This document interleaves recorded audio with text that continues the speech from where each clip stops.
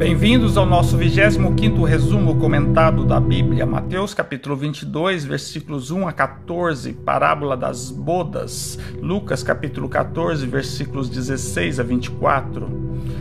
Faz mais uma alusão ao reino dos céus, dizendo que é semelhante a um rei que, para celebrar as bodas, o casamento, de seu filho, manda os seus servos chamar os convidados. No entanto, eles não quiseram ir. Mandou outros servos dizer que a festa, a ceia estava toda pronta e convidando novamente as bodas. No entanto, não fizeram caso e foram um para o seu campo, outro para o seu negócio. Outros apoderaram dos servos, os ultrajaram e mataram. O rei, tendo notícias disso, encolerizou e mandou exércitos e destruiu aqueles homicidas e incendiou a sua cidade. E o rei então diz aos servos: as bodas, na verdade, estão preparadas, mas os convidados não eram dignos. E manda os servos convidar todos que encontrar. E os servos foram, e todos que encontraram, maus e bons, convidaram. E a festa nupcial ficou cheia de convidados. E o rei, diante dos convidados, viu um que não estava trajado com veste nupcial. Perguntou o motivo que o convidado não estava devidamente vestido, e esse não teve resposta. Então mandou os servos amarrá-lo de pés e mãos e lançá-los nas trevas exteriores, onde haveria pranto e ranger de dentes, porque muitos são chamados e poucos os escolhidos. Esta passagem demonstra claramente que Deus sempre enviou seus servos, profetas e até Jesus Cristo para nos convidar para o seu reino de alegria, de verdadeira felicidade. No entanto, não atendemos, deixamos que coisas materiais, mundanas, falem mais alto que o chamamento de Deus. Demonstra também que a ninguém é negado o convite para a festa. No entanto, temos que estar devidamente preparado, devidamente trajado. Caso contrário, mesmo que aceitemos o convite, não nos será admitido, porque não teremos obras, não teremos o que justificar para merecermos estar na festa. Nosso traje vai estar rasgado, sujo, inadequado para participarmos do reino de Deus. E aí não adianta nos queixarmos, não adianta pranto, nem ranger de dentes, pois o sofrimento, as dores, é em virtude de nós mesmos e não de Deus, que tudo fez e tudo faz para nos salvarmos, sermos felizes. Mateus capítulo 22, versículos 15 a 33, Marcos capítulo 12, versículos 13 a 17, Lucas capítulo 20, versículos 20 a 26. Temos a passagem onde os fariseus, querendo incriminar Jesus, lhe pergunta se é lícito pagar tributo. Cristo então pergunta de quem é a efígie da moeda. E eles dizem: de César. Então Jesus diz a eterna frase: dá a César o que é de César e a Deus o que é de Deus. Provando que existem coisas que apenas têm valor aqui na terra, na matéria. E isso devemos respeitar as leis da terra, como também temos que respeitar as leis de Deus, que é amor. Que cumpramos as leis da terra, mas nunca esqueçamos de cumprir a lei de Deus. Em seguida, temos os saduceus, que não acreditavam em ressurreição e perguntam: se morrer não tendo filhos, casará o seu irmão com a mulher dele e suscitará descendência a seu irmão. Houve que tinha 7 irmãos. O primeiro casou, não teve filho e morreu. O segundo casou, não teve filho e morreu. E foi até o 7º. Morreu também a mulher. Na ressurreição, de qual dos 7 pertencerá a mulher? Cristo diz: errais, não conhecendo as Escrituras, nem o poder de Deus, porque na ressurreição nem se casam, nem são dados casamento, mas serão como os anjos no céu.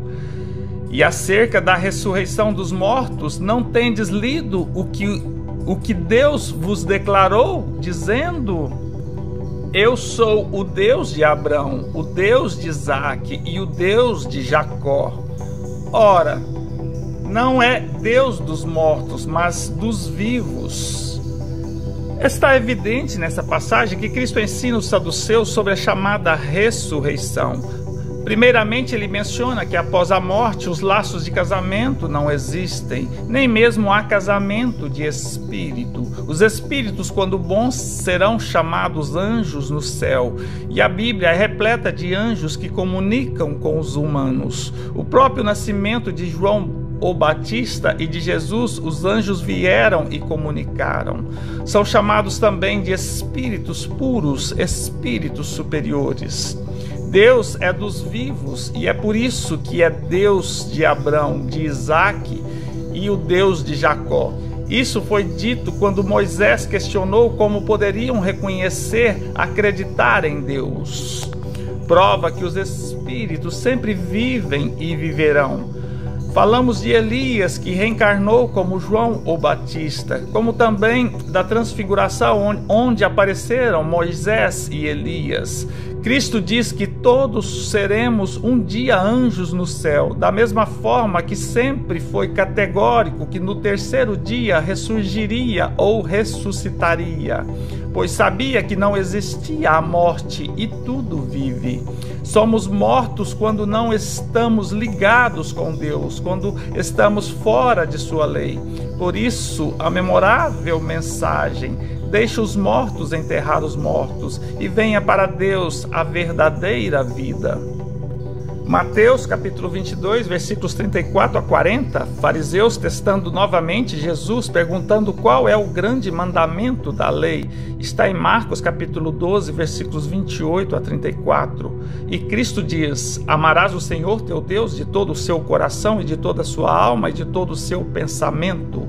Este é o primeiro, e o segundo é semelhante: amarás o teu próximo como a si mesmo.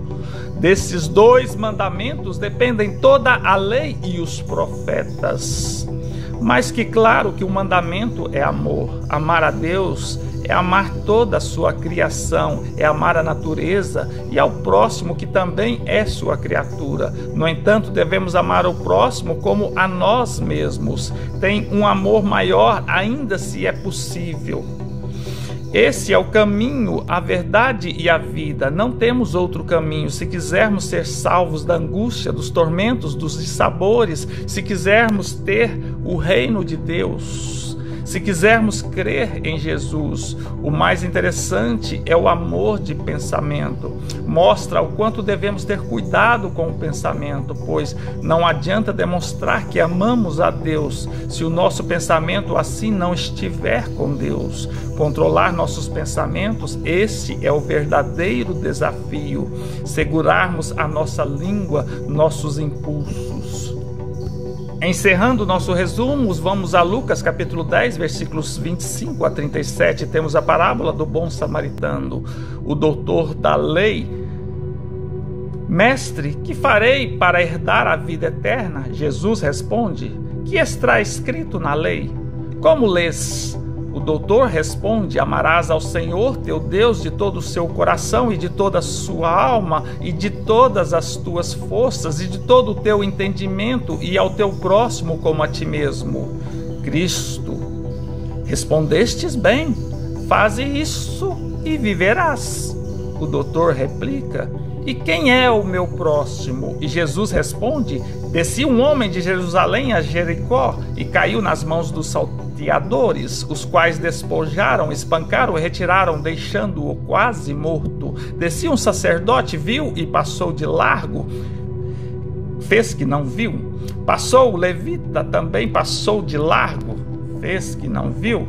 Um samaritano viu e teve compaixão, cuidou da ferida e levou para uma estalagem e cuidou dele. Partindo no outro dia, deu ao hospedeiro e pediu para cuidar dele, e tudo que ele gastar, ele, samaritano, pagaria quando voltar. Jesus então pergunta: quem é o próximo daquele que caiu nas mãos dos salteadores? O doutor da lei: o que usou de misericórdia. Jesus: vai e faz a mesma coisa. Está claro que se quisermos ter a chamada vida eterna, ou seja, entrar no reino de Deus, temos que amar, temos que ajudar nossos semelhantes, sem nada pedir em troca. Essa é a lei. Ficamos por aqui e não percam a nossa 26ª apresentação. Que Deus nos abençoe.